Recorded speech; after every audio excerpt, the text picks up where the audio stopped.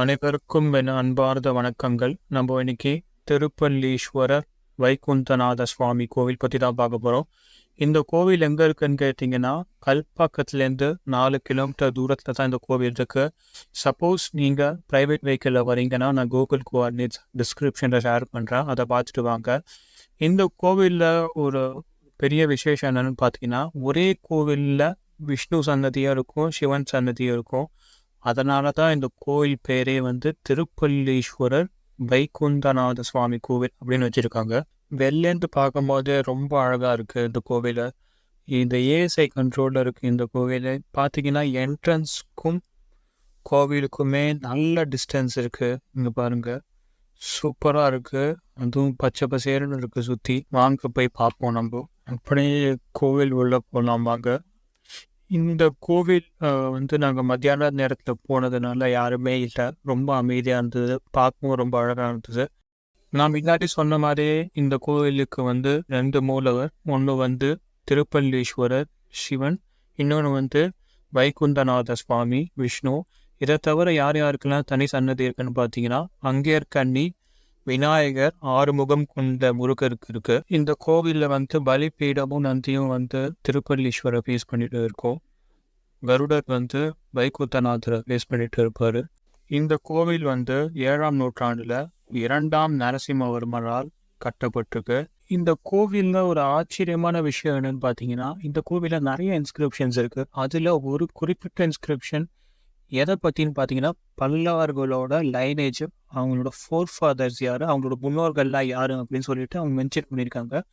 அதில் பார்த்தீங்கன்னா பிரம்மாலேருந்து ஆரம்பித்து கடைசியாக மகேந்திரவர்மர் வரைக்கும் முடிக்கிறாங்க. ஒரு லிஸ்ட் ஒன் பண்ணுறாங்க யார் யாருன்னு பார்த்தீங்கன்னா, பிரகஸ்பதி, சமயு, பரத்வாஜ, துரோணர், அஸ்வத்தாமன், பல்லவர் அப்படின்னு சொல்லிட்டு சொல்கிறாங்க. ஸோ அப்போ பார்க்கும்போது நம்மளுக்கு 2 பிரபலமான நேம் தெரியுது. யாருன்னு பார்த்தீங்கன்னா துரோண, அஸ்வத்தாமன் அப்படின்னு. ஸோ இவங்க 2 பேரும் எங்கே நம்ம படிச்சிருக்கோம்னு பார்த்தீங்கன்னா, மகாபாரதத்தில் துரோணாச்சாரியர் அப்புறம் அவரோட பையன் அஸ்வத்தாமன். ஸோ இவங்களை பற்றி நம்மளுக்கு நல்லாவே தெரியும்.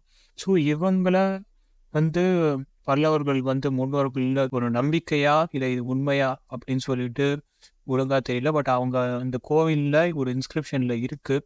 ஸோ அது கண்டிப்பாக உண்மையாக தான் இருக்கும் அப்படின்னு சொல்லி நம்ம நம்பலாம். இன்னொரு விஷயம் என்னன்னு பார்த்தீங்கன்னா, இது எப்படி பார்த்தீங்கன்னா, அஸ்வத்தாமன் பல்லவா ட்ரைபில் ஒரு பெண் இருந்திருக்காங்க போல். ஸோ அவங்க ஸ்னேக் பிரின்சஸ் அப்படின்னு சொல்கிறாங்க. ஸோ அஸ்வத்தாமனும் இந்த பெண்ணும் கல்யாணம் பண்ணி அவங்களுக்கு புதல்வனா பல்லவான்னு பேர் வச்சு சொல்கிறாங்க. ஸோ அந்த லைனேஜ் தான் கடைசியாக மகேந்திரவர்மர், நரசிம்மவர்மர் அந்த மாதிரி முடியுது. ஸோ இவங்க துரோணாச்சாரியர், அஸ்வத்தாமோட ஒரு லைனேஜ் தான் பல்லவர்கள் இருக்காங்கன்னு சொல்லிட்டு எனக்கு இது புதுசாக இருந்தது.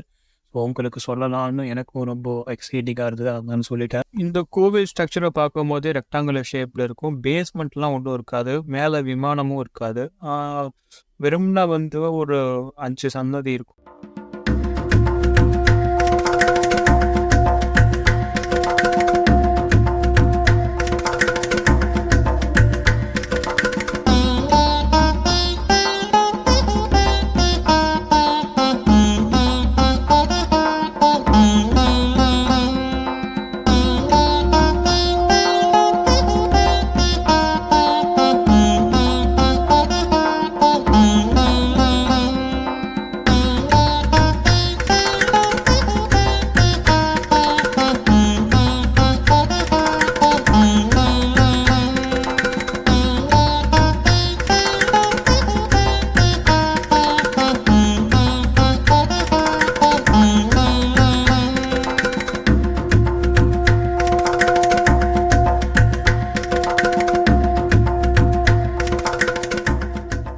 இதை தவிர 10th செஞ்சுரியில் ராஜராஜ சோழர் பீரியடில் தினமும் விளக்கேற்றணும்னு சொல்லிட்டு நிதி கொடுத்துருக்காங்க. அதை தவிர 11th செஞ்சுரி குலத்தங்க சோழர் பீரியட்லேயும் அவங்களுக்கு டொனேட் பண்ணியிருக்காங்க. இந்த மாதிரி நிறைய பேர் டொனேட் பண்ணியிருக்காங்க. சுந்தர பாண்டியர் பீரியடில் டொனேட் பண்ணியிருக்காங்க. அப்புறம் விஜயநகர பீரியடில் டொனேட் பண்ணியிருக்காங்க. நிறைய பேர் இந்த கோவிலுக்கு நிறைய செஞ்சுருக்காங்க. இந்த கோவில் 1400 இயர்ஸ் ஓல்டுனால அதை தவிர இந்த இந்த இன்ஸ்கிரிப்ஷனில் இந்த மாதிரி பார்க்கும்போது இது ரொம்ப ரொம்ப பாதுகாக்க வேண்டிய ஒரு கோவிலாக இருக்குது அப்படின்னு சொல்லிட்டு இருக்கு. ஆனால் இது ஏஎஸ்ஐ கண்ட்ரோலில் தான் இருக்குது. நல்ல வேலை, அவங்களும் நல்லா பராமரிக்கிறாங்க. இந்த கோவில் போகும்போது ரொம்ப நல்லா இருந்தது, ரொம்ப நல்ல அனுபவமாக இருந்தது. யாருமே இல்லாத போத இதை பார்க்கவே ரொம்ப அழகாகவும் இருந்தது.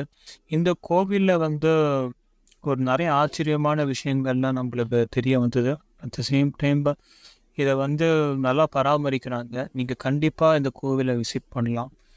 இத்துடன் இந்த காணொளியை முடித்து கொள்கிறேன். அடுத்த காணொளியில் இன்னொரு கோவிலை பற்றி நான் சொல்கிறேன். நன்றி, வணக்கம்.